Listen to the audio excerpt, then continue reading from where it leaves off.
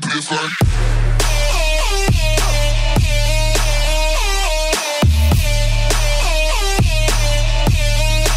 Yo, what's up guys? Mason12345540 here today, and we're going to be doing another video, but it's going to be a little bit different.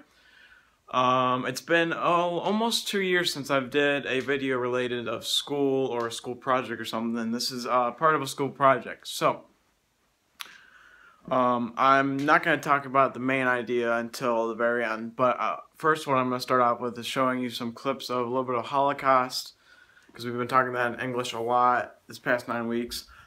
I'm going to talk about the Two Roads poem for a little bit, and then I'm going to talk about how that effect on those is still in play today in the modern day by showing you a clip that I shot last week in school. So, I hope you enjoy, and we'll be back to talk about it.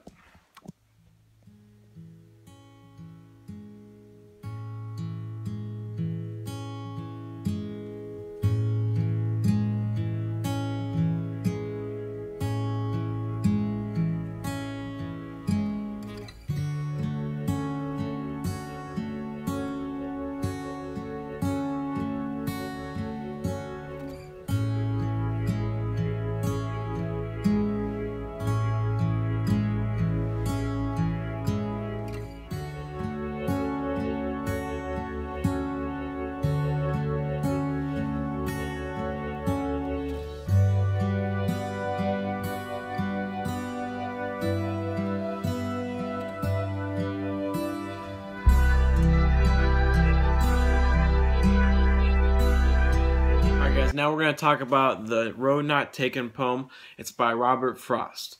And I'm going to read it to you, and then I'm going to talk about basically the main idea, and then we'll go to my next clip of what I shot at school. Okay. Two roads diverged in a yellow wood, and sorry I could not travel both. And be one traveler, long I stood, and looked down one as far as I could, to where it bent in the undergrowth, then took the other as just as fair, and having perhaps the better claim, because it was grassy and wanted wear. Though as for that the passing there had worn them really about the same. And both that morning equally lay, and leaves no step had trod in black. Oh, I kept the first for another day. Yet knowing how way leads on to way, I doubt if I should ever come back. I shall be telling this with a sigh, somewhere ages and ages hence. Two roads diverged in a wood, and I took the one less traveled by, and that has made all the difference. So after reading that, I'm just going to break it down a little bit. So there's two paths, and the guy comes up and he has to take one of them, and one of them is really worn out and everyone's been taking it. Another one is grassy and no one's taken it like really ever. So he decides to take one that's less traveled on, and he says at the end that's made all the difference. So going that different way, that sometimes going the way that people normally go is not always the right way. So sometimes we change it up, and in this case it came out good. So now we're going to show you the clip that I shot at school, and enjoy. Hey man, dude, I don't even know how you fit on that chair. You're so fat. Hey, stop messing with that. Hey. Come on. He's not fat. He's Dude, big I bone. heard you got 60 on that test. Well, I mean, I tried. It's kind of hard. You're so dumb. I'm just Why do you even go to school? I'm just trying to study, man. Can you please leave me alone? No. Come on. Alright guys, you're probably wondering, why did I show you those three things? Those have nothing in common. Well, so those are some of the things, except for that actual modern one.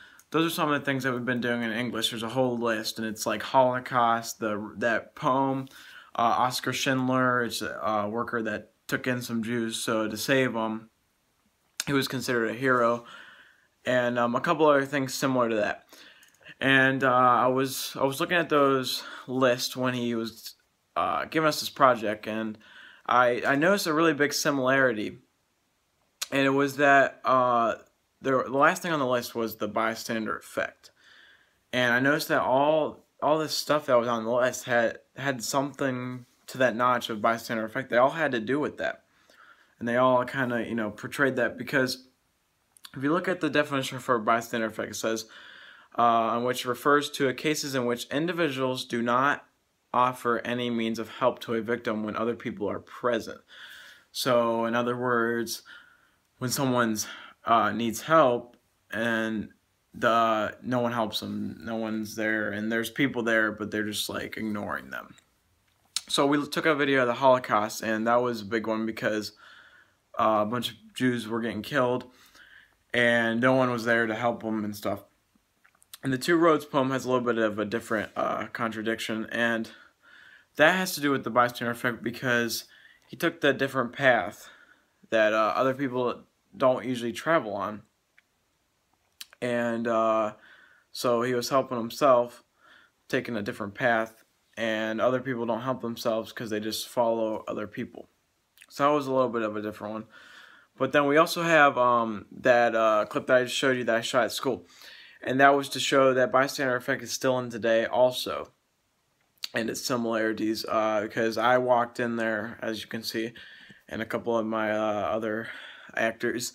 And I walked in there, was harassing a kid, and everyone was just kind of sitting there, and they weren't doing anything. They were just on their phones, ignoring, laughing, just a normal day. The teacher wasn't even in the background, and no one was doing anything.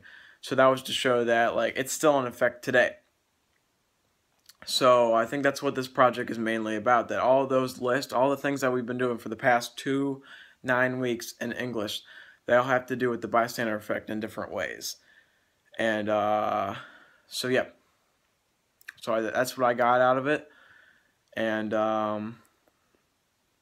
hope you enjoyed the video.